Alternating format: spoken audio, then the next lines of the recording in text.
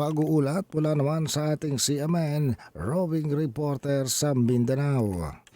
CNN Live Nationwide. Willie Boy Ramos, magandang araw sa iyo.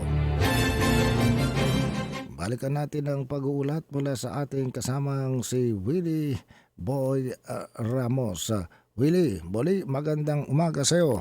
Magandang araw din Ariel, magandang araw Pilipinas, mayong adlaw mga taga Mindanao. Generally peaceful ang pagdaraos ng Labor Day sa Northern Mindanao. Ayon ito kay Police Regional Office Regional Director Police Brigadier General Christopher Abrahano sa kabila ng mga rallies na naganap sa mga K-cities sa buong rehiyon. Sa Cagayan de Oro City, nagparada ang isang organisadong grupo mula sa Union of Nestle Workers mula sa Capistrano Street hanggang sa Gaston Park at dito nila ipinahayag ang kanilang mga saloobin. Sa Iligan City naman, isang multiple rally activities ang ginanap sa Iligan City Plaza na pinangunahan ng Department of Labor and Employment at ang Federation of Democratic Labor Organization, habang isa pang rally ang ginanap sa Mindanao State University Iligan sa Barangay Tibanga, Naturang Syudad,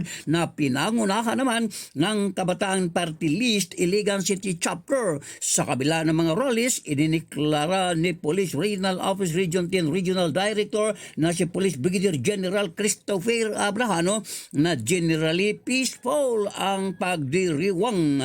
Sa Bangsamoro Region, nakiisa sa pagdiriwang sa Labor Day ang Bangsamoro Government na nagdala ng tema mas matibay na trabaho, mas matatag na kabuhayan at mas matatag na Bangsamoro. Well, Ramos, Seaman Robin, reporter ng Mindanao Radyo Kalikasan ng City Base, nagulat ng live para sa CMN Pilipinas. CNN Live Nationwide. Maraming salamat, Willie Boy Ramos, ang ating CMN roving reporter sa Mindanao. Samantala,